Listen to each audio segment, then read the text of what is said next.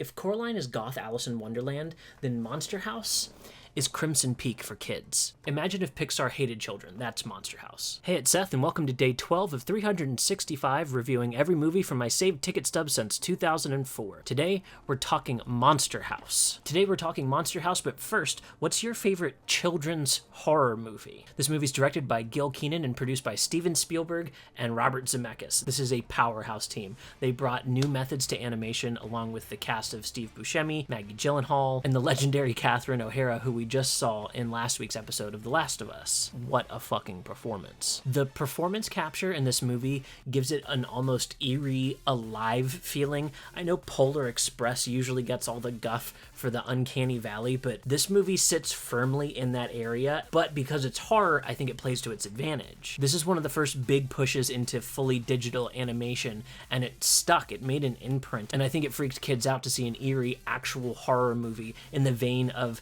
the stuff in the 80s that used to really scare us. This is kind of like how Coraline later plays another key role in forwarding children's creepy horror animation forward. Okay, let's talk about Monster House. This is one I was really excited for as a kid, to see a movie geared towards kids that was promising legitimate horror. It kind of made me feel like I had a space at the theaters. I remember really relating to the way all the kids got along and moved kind of gawkily on screen. I think sometimes we over actionify even our kid actors now, and so it was cool to see something where everyone was a little gangly and weird and kind of moved in the strange ways you see humans moving, because performance capture was such a big part of this production. Fast forwarding to today, I hadn't rewatched this in a really long time. I had totally forgotten how dark the plot is.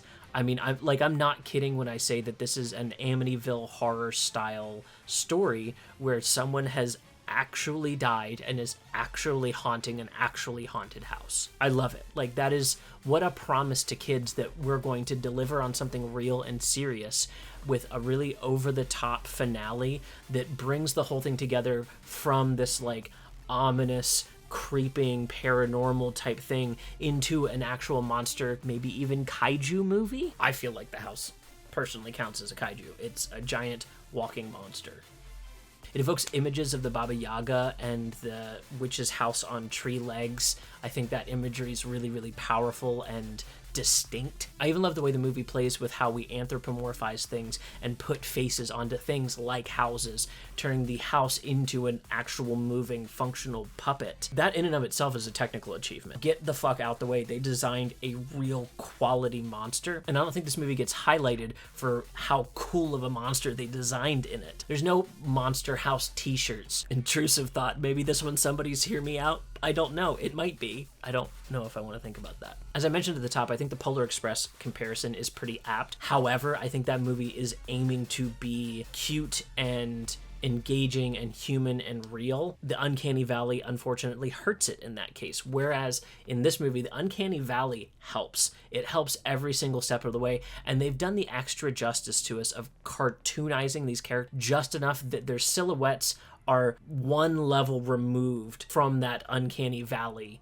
place. I think they were cognizant to know that this was going to look weird and wanted that to play into the kind of low-key, eerie horror that you were giving kids the feeling of. And remember, this is Steven Spielberg helping out here. Amblin and their whole thing has been frighten children and give them adventure. You only grow if you go through something, and so having these kids go through an actual ordeal, I think, is really cool. Also, the house is based as fuck. It's really a cab. She takes out two cops that are genuinely bad at their jobs. I feel like she might kind of low-key be a folk hero for me. I think that's going to do it for this one. Thanks for watching. If you want more of these daily reviews, don't forget to hit that like button, subscribe, and give me a follow for all the latest. Tomorrow's movie is Saw 3. I'm really excited to jump into the gory horror side of things after going through a kid's horror. And don't forget, if you want more, head over to my Patreon where I have an exclusive podcast. Our first episode is up with Josh Dysart. I also am giving away 10 of these ticket stubs this month to patrons, so head on over, get signed up, and as always, I'll see you tomorrow.